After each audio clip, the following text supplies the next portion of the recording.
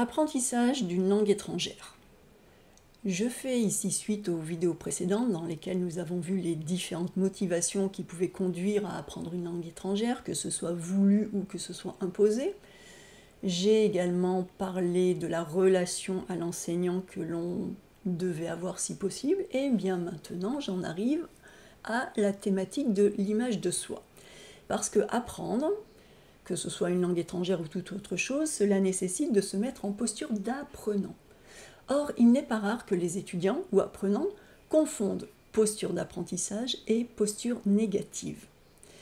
Cependant, les lacunes qu'il est normal d'avoir en tant qu'étudiant peuvent être parfois ressenties comme des manques en tant que personne. Et c'est là que ça ne va plus trop. Parce qu'on se renvoie nos erreurs, on se diminue, on se dit que l'on est nul, on pense ne jamais pouvoir y arriver. Et c'est une démarche pénalisante. Alors que, au contraire, avoir une bonne image de soi, avoir confiance en ses capacités, être capable de sourire de ses erreurs, ça, c'est une démarche qui aidera à mieux apprendre, à mieux accueillir les connaissances, à être plus ouvert, parce que moins défensif et donc plus réceptif, tout simplement. Donc ça, c'est quelque chose dont il faut être conscient. L'image de soi est un point très important de son apprentissage. Il faut être conscient de ses comportements. Quand on se sent défié, poussé dans nos retranchements, on peut assez facilement arriver à porter un regard négatif sur nous-mêmes et se juger sévèrement. Or, avoir de tels comportements, cela va plus nous desservir que nous aider. Si on veut reprendre le dessus et se sentir mieux dans son apprentissage, l'une des premières étapes, c'est d'être conscient de la façon dont on se perçoit, dont on se parle, dont on se juge. Il est essentiel d'être capable d'attraper au vol ces petites phrases qui nous sautent à l'esprit. Ce sont des petites phrases auxquelles on n'accorde pas énormément d'importance d'habitude, et pourtant elles sont très importantes. Donc les petites phrases comme « j'en étais sûre », « ah, je l'aurais parié », « j'ai encore faux comme toujours », « je ne fais aucun progrès ». Et il faut y faire attention parce que ces phrases ne nous aident pas à progresser. Au contraire, elles ont un rôle de renforcement de notre image négative. Et à force de se répéter qu'on ne peut pas, eh bien on va finir par le croire. Et là, du coup, on va se créer un handicap dans notre apprentissage parce qu'on a une image de soi qui est dégradée.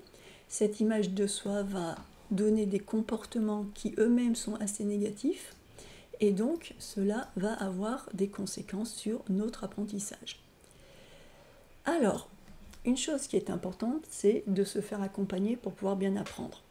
Vous faire accompagner, ça va vous aider à prendre du recul. Donc ce n'est pas seulement de trouver un enseignant qui va vous expliquer comment bien conjuguer, comment apprendre votre vocabulaire.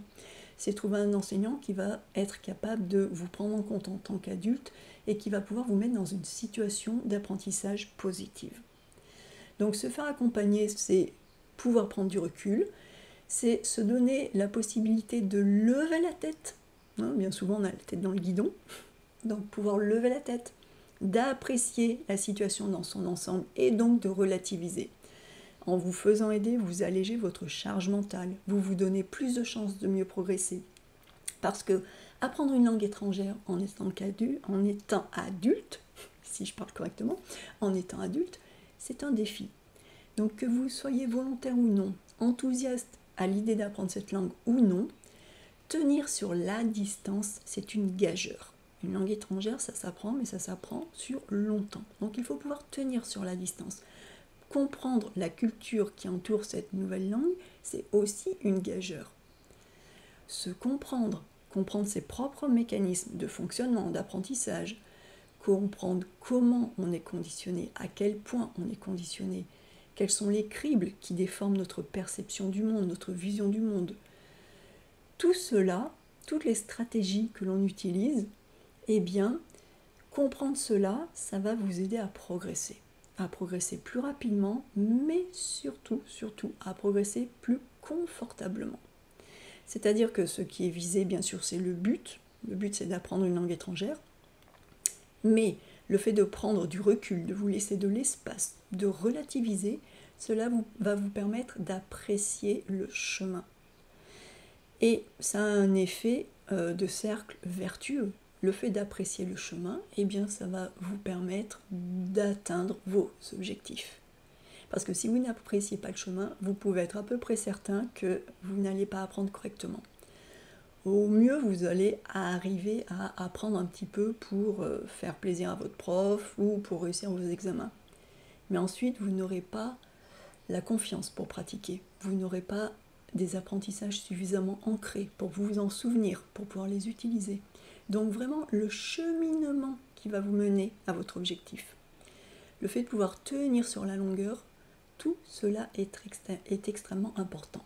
Donc, vous faire accompagner sur le chemin de l'apprentissage d'une langue étrangère, cela va vous permettre de mieux profiter justement du chemin, de trouver l'espace nécessaire, de prendre du recul, de relativiser et de vous mettre dans une posture d'apprenant qui soit tout à fait une posture d'apprenant, mais une posture ouverte, une posture réceptive, une posture dans laquelle vous acceptez que, oui, sur certains points, vous avez des lacunes, mais que vous êtes un être déjà complet, déjà plein de connaissances, plein d'expériences, et que se tromper sur une conjugaison, ce n'est pas la fin du monde. Ne pas avoir su faire un exercice, ce n'est pas la fin du monde. Vous allez pouvoir, en réfléchissant à vous, à votre façon d'apprendre, à vos propres mécanismes, vous allez pouvoir prendre confiance, prendre du recul et vous construire un personnage d'apprenant qui vous convienne. Parce que bien souvent, on est juste en train de refaire ce que l'on a appris à l'école. Et à l'école, on n'avait pas énormément de recul, les apprentissages étaient imposés. Donc là, c'est l'occasion de devenir vraiment acteur de votre apprentissage, adulte dans votre apprentissage.